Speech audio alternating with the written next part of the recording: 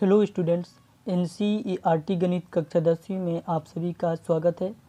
आज हम लोग प्रश्नावली 1.1 का ही प्रश्न क्रमांक 2 का 3 करने वाले हैं, जिसमें हमें इन दोनों संख्याओं का एचसीएफ निकालना है अभाज्य गुणनखंड की विधि से। उसके बाद ये बताना है कि दो संख्याओं का जो गुणनफल है वो एचसीएफ गुणे एलसीएम होता है कि नहीं। तो सर्वप्रथम तो हम यहाँ पर हल लिखेंगे और जो 336 है उसे बराबर में लिखेंगे और नीचे 54। तो 336 का सबसे पहले हम अभाज्य गुणनखंड कर लेते हैं। तो इसके लिए हम रफ पेज का यूज करेंगे। तो 336 है यहाँ पास, तो सबसे पहले इसका हम अभाज्य गुणनखंड निकालेंगे। तो यहाँ पास लास्ट में सम संख्या है तो ये 2 से जाएगा, 2 एकम 2, 2 छक्के 12 और एक इधर गए तो 2 अठे 16। फिर से ये 2 से जाएगा तो इसे 2 से जाने देते हैं, तो 2 अठे 16 और 2 चौके 8। फिर से इसे 2 से देखते हैं जाता है कि नहीं, तो जा रहा है, 2 चौके 8 और 2 दूना 4। और फिर से इसे हम 2 से लगाएंगे क्योंकि ये 2 से जा रहा है, तो 2 एकम 2 और 2 दूना 4। अब यहाँ पास लास्ट में विषम संख्या है तो ये 2 से नहीं जाएगा, तो 3 से प्रयास करते हैं, तो 3 सते 21। तो यहाँ पास जो आया है हमारा 2 गुने 2 गुने 2 गुने 3 गुने 7, तो इसे हम लिख देंगे। तो यहाँ पास जो 4 का गुना है, 2 का गुना है वो 4 बार आया है, यानी कि 2 गुने 2 गुने 2 गुने 2, तो 2 पर पावर 4 लिखेंगे क्योंकि ये 4 बार रिपीट हुआ है।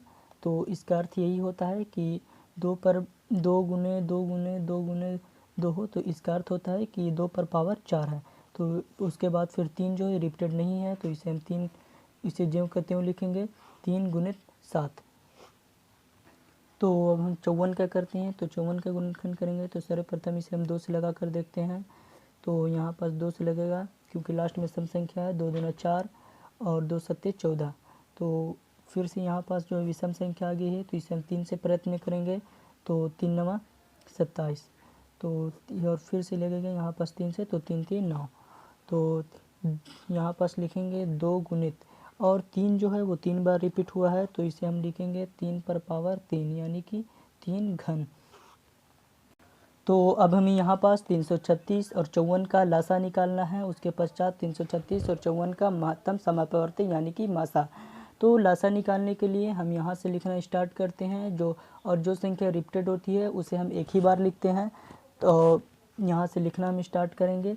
तो 2 क्या रिपीटेड है, तो हाँ रिपीटेड है, इसे हम एक ही बार लिखेंगे। और दोनों में जो है उस संख्या को लिखा जाता है जिसकी घात अधिक होती है। तो यहाँ पास 2 पर पावर 4 की घात गुणित, फिर हम 3 को देखते हैं तो क्या 3 रिपीटेड है, तो हाँ 3 रिपीटेड है, तो इसे भी हम एक बार लिखेंगे, लेकिन उस 3 को लिखेंगे जिसकी घात ज़्यादा होगी। तो यहाँ पास 3 पर पावर 3, तो इसकी घात जो है ये ज़्यादा है। उसके पश्चात हम लिख देंगे 7। तो अब हम इन सब का गुना कर देते हैं। तो 2 पर पावर 4 का अर्थ होता है 2 गुने 2 गुने 2 गुने 2, तो 2 दूनी 4, 4 दूनी 8, 8 दूनी 16। उसके बाद यहाँ पास 3 का 3 बार गुना है, तो यहाँ पास आएगा ये 16 और 3 3 3 9 9 3 27। तो 16 और 27 का गुना करेंगे तो देखते हैं क्या आता है। 6 सत्ते 42 के 2 हासिल 4, 6 दूना 12, 12 4 16, 7 एकम 7, 2 एकम 2। फिर इसे हम ऐड कर देते हैं, तो 2 7 6 13 हासिल 1 4, 432।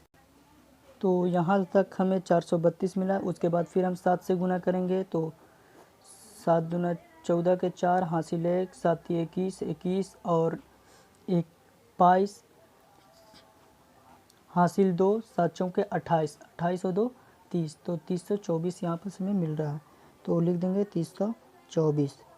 तो अब हम महत्तम समयपवर्त्य देखते हैं। तो महत्तम समयपवर्त्य वही होती है जो दोनों संख्याओं में सम्मिलित हो जो संख्या, और उनमें से जिसका घात कम होता है उसे लिखना होता है। तो 2 को देखते हैं, तो 2 जो है वो दोनों संख्याओं के अभाज्य गुणनखंड में सम्मिलित है, लेकिन इनमें जो निम्नतम घात है वो इस 2 का है, तो यहाँ पर लिखेंगे 2।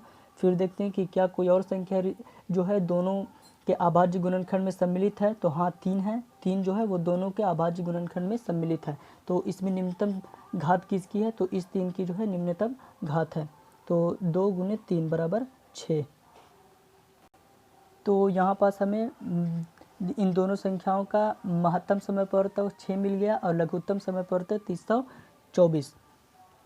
तो अब हम इसकी जांच कर लेते हैं। तो यहाँ पर डालेंगे हेडिंग जांच,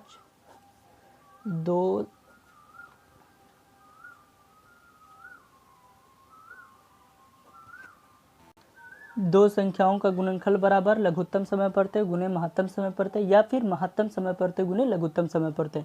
तो दो संख्याएं जो है वो हमारी हैं 336 और गुने 54, और जो लघुत्तम समय परिवर्तक आया है वो आया है 324 गुने महत्तम समय परिवर्तक 6।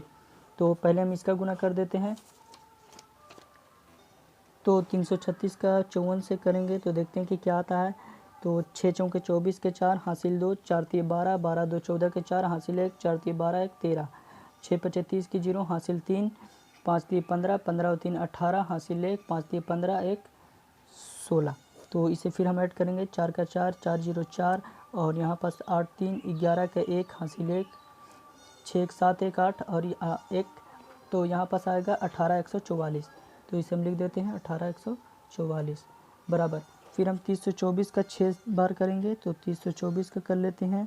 तो 6 चौके 24 के 4 हासिल 1 हासिल 2 हासिल 2, 6 चौके 24 के 4 हासिल 2, 6 दूना 12 12 और 2 14 के 4 हासिल 1, 6 कम 6 6 6 शून्य 0, और यहाँ पास हासिल कितना है। तो 6 दूना 12 2 14 हासिल 1 है, तो यहाँ पास 1 आएगा, और 6 3 18, तो ये भी आ गया 18 144।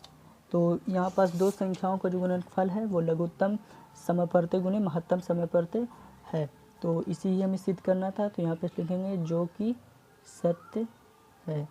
तो आप चाहें तो इसका स्क्रीनशॉट भी ले सकते हैं और अपने नोट्स बना सकते हैं। यदि आप प्रारंभ से ही मैथ पर अच्छी कमांड रखेंगे, पकड़ रखेंगे, तो आपको मैथ में बहुत अच्छे अंक मिलेंगे। तो ये नीचे का हिस्सा है और ये ऊपर का हिस्सा। तो आशा करता हूँ कि ये प्रश्न आपको समझ में आया होगा।